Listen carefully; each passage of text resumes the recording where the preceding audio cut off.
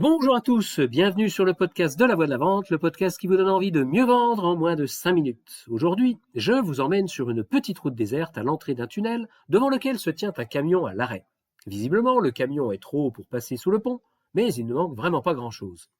Je descends de mon véhicule et je pars aux informations pour savoir ce qui se passe et surtout si ça va durer longtemps. Et oui, en plus de nombreux autres défauts que je tente de cacher tant bien que mal, s'il y en a bien un que je cultive avec bonheur depuis plus de 55 ans, c'est le manque de patience. Bizarre pour un vendeur, me direz-vous, et vous avez certainement raison. Peut-être ce métier m'a-t-il choisi pour réaliser ma thérapie. Je ne sais pas si ça marche, mais au moins ça ne coûte pas un copec à la sécurité sociale et ça me permet même de vivre. Enfin bref, je m'égare, et mes auditeurs souffrant du même mal que moi doivent vraiment commencer à se demander où je veux en venir. Moi, si je me trouvais à leur place, c'est ce que je penserais, et je crois même que j'aurais déjà zappé en me disant « Mais bon sang, qu'est-ce qu'il nous raconte? Où se cache la proposition de valeur ?» J'y arrive, j'y arrive. Me voici donc planté devant un routier qui a l'air aussi sympa qu'il est tatoué, mais bien embêté devant ce problème de hauteur de camion, d'autant qu'un demi-tour sur cette petite route de montagne semble bien compliqué. À la vue de mon regard interrogateur et certainement peu avenant, il me dit « Ah bon sang, je suis bien embêté, je sais pas comment je vais me sortir de cette situation. » Ah oui, c'est vrai, c'est ballot, il manque vraiment pas grand-chose. Bah non, c'est ça qui est rageant. Bah et si vous dégonflez un peu les pneus, vous pensez pas que ça pourrait le faire? Il manque vraiment pas grand-chose. Mais enfin, c'est n'importe quoi ce que vous me racontez là. C'est pas en bas que ça coince, c'est en haut.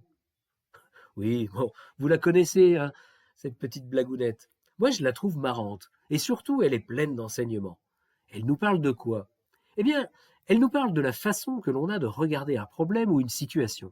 Le fameux angle de vue, qui peut empêcher de voir la solution simple à un problème car on le regarde mal. Mon prof de mathématiques avait l'habitude de dire qu'un problème bien posé est à moitié résolu. C'est vrai. Et un problème bien posé, c'est un problème que l'on regarde sous toutes les coutures. Dans cette histoire, on conclut toujours que le chauffeur du camion se comporte comme un idiot qui ne voit pas l'évidence. C'est ce qui crée d'ailleurs le comique de la situation. Mais il y a une autre interprétation. En fait, le problème du routier se résout tellement simplement que son cerveau ne veut pas l'accepter. Donc il trouve des objections, même débiles. Eh bien, dans la vente, et surtout dans la vente d'innovation, il peut se produire la même chose. Si l'on ne passe pas suffisamment de temps à écouter le client pour comprendre ses peurs et le faire venir sur l'idée que cette innovation peut lui régler son problème. Il y a quelque temps, j'ai travaillé au développement d'un modèle de valorisation de déchets agricoles pour essayer d'en sortir plus de valeur que ce qui se faisait à l'époque. L'idée fort séduisante plaisait à tout le monde. En fait, ce modèle semblait tellement vertueux, logique dans son fonctionnement et profitable que tout le monde cherchait le loup. Et comme j'ai négligé ce point-là, je me suis persuadé que les clients allaient tout de suite comprendre ce que je leur racontais. Du coup, les questions légitimes qu'ils me posaient, je n'y répondais pas. Je les écoutais même pas d'ailleurs.